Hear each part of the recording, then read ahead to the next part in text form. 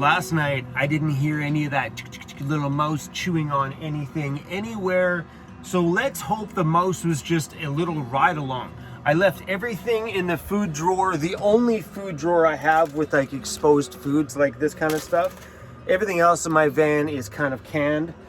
But this was the drawer that the mouse was eating in, and there's no signs of anything. There's 3 traps entering this drawer, one on either side of it and this one here. And I would have heard the trap go snap last night. So I think we're just gonna leave this alone for the day, but that one hasn't been tripped at all. So yeah, let's hope that the mouse in here was just in for a little ride along. So I think camper vans and pests like that are different than houses, because a house is stationary, so they can invite the crew, they can breed new families, they can make themselves quite the home in a stationary home. Where in a van, I think, you know, they're like, okay, this is a bumpy, rocky ride. I don't know if I really like this. The food supply kind of sucks, so we're out. So I think there's a higher chance of it not traveling with me the long haul. In an RV, yeah, I could see that in an RV being a little bit more of a troublesome spot, because RVs are definitely a lot larger. Where in this one here, I did a quick really walk through the other day. I didn't see any poop anywhere, and it's a tiny space. It's easy to find that stuff. But yeah, there was really no actual signs of it hanging out in here, except for the nibbling on my packages in the drawer. So I'm gonna make myself some coffee.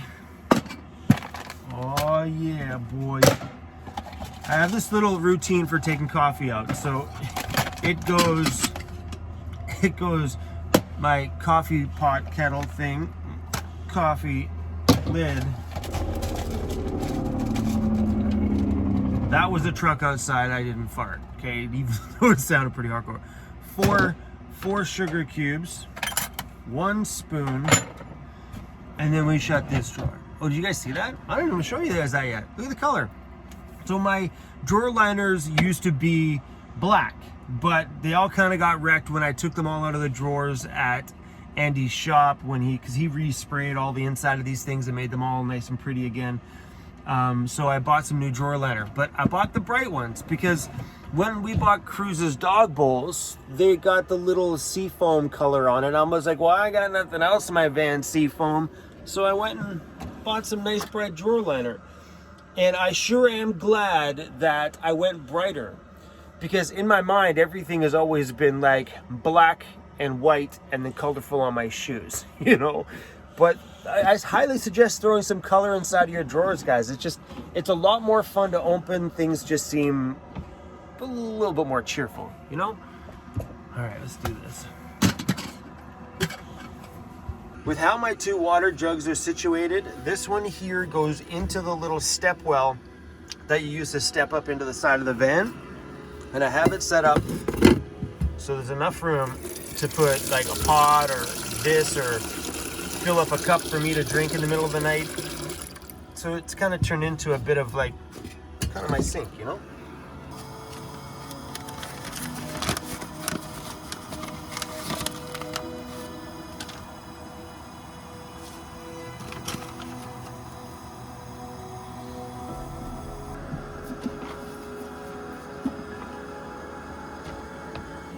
Don't put stuff in your wrinkles, bro. Gotta keep you looking good, you know? How are you supposed to impress the ladies when your nose looks all yucky? Put some stuff on your nose to keep your nose nice and moist. She's not happy. God, sorry, Cruzy. It's a part of life, bud.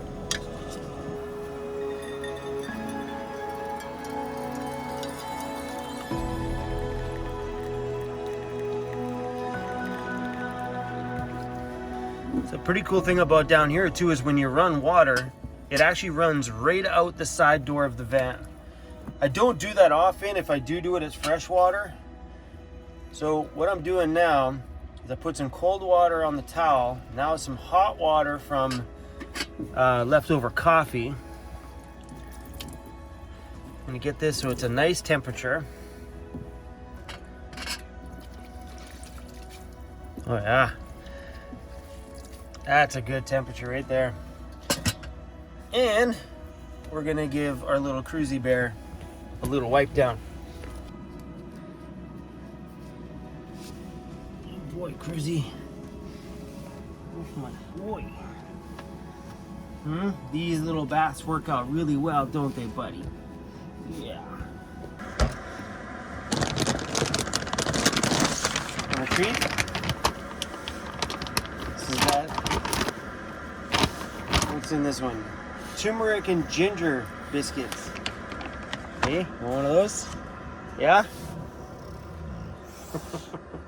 Do you want to tell them why I have to clean your private parts? I don't want any part of this conversation. You think I want to do that? Come on now. So, if you guys didn't know, bulldogs can't lick themselves from the waist down. It's impossible. So, grooming the dog is something that is my responsibility.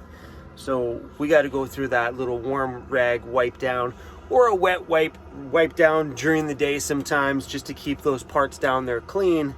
Because these guys are not built to like bend that far. Hey, that's okay, buddy. That's all right. I gotcha. I got your back, bro. Bro fist. No? This is the cover for my back window.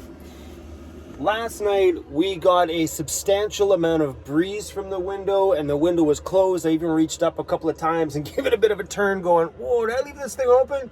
It's awfully cold.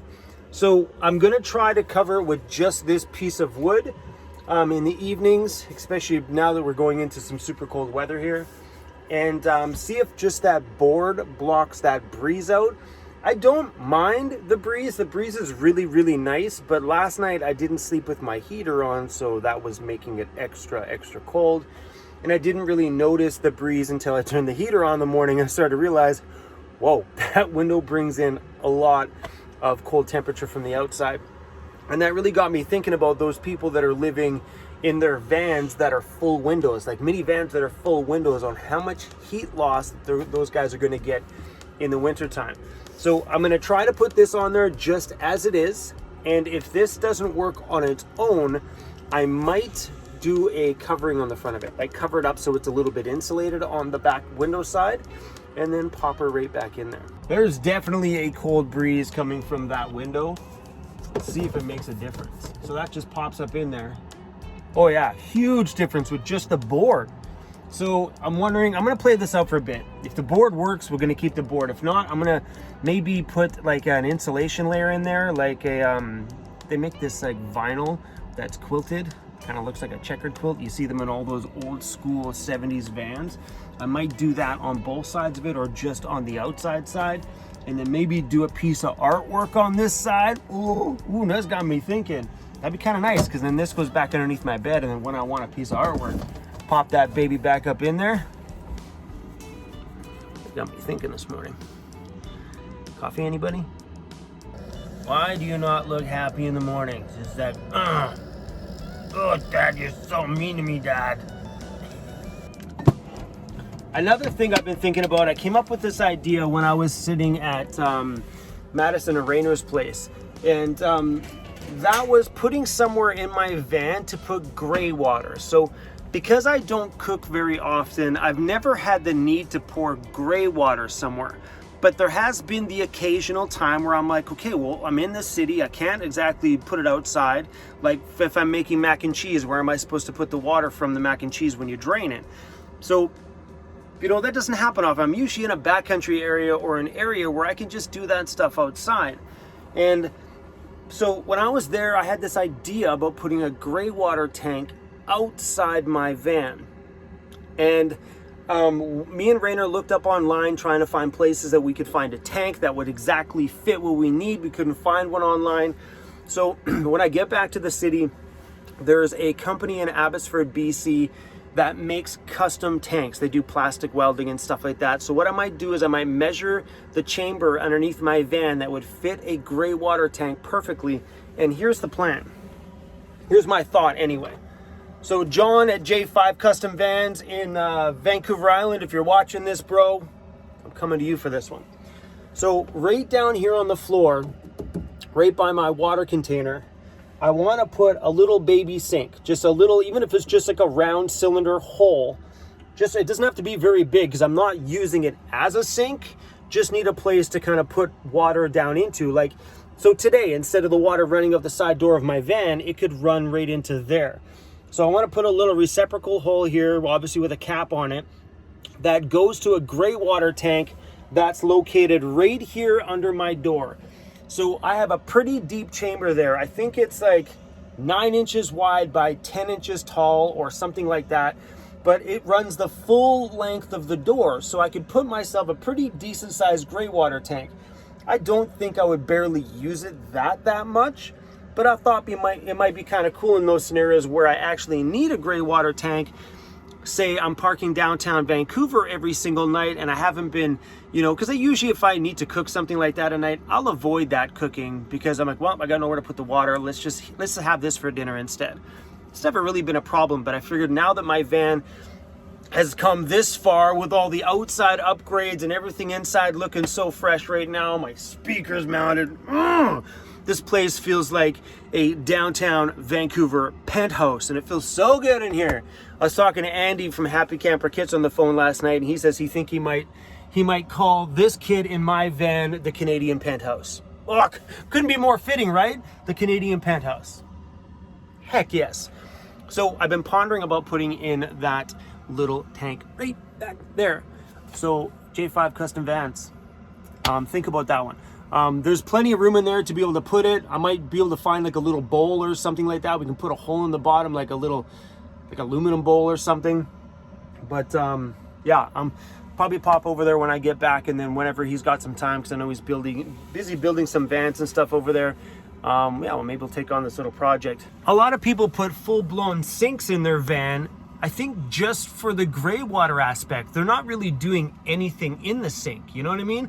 They're not washing their face or washing their, maybe they are, I don't know. I've never really felt that need. So when I want to wash my hands, I go outside, open my door. I don't care if it's -4 out.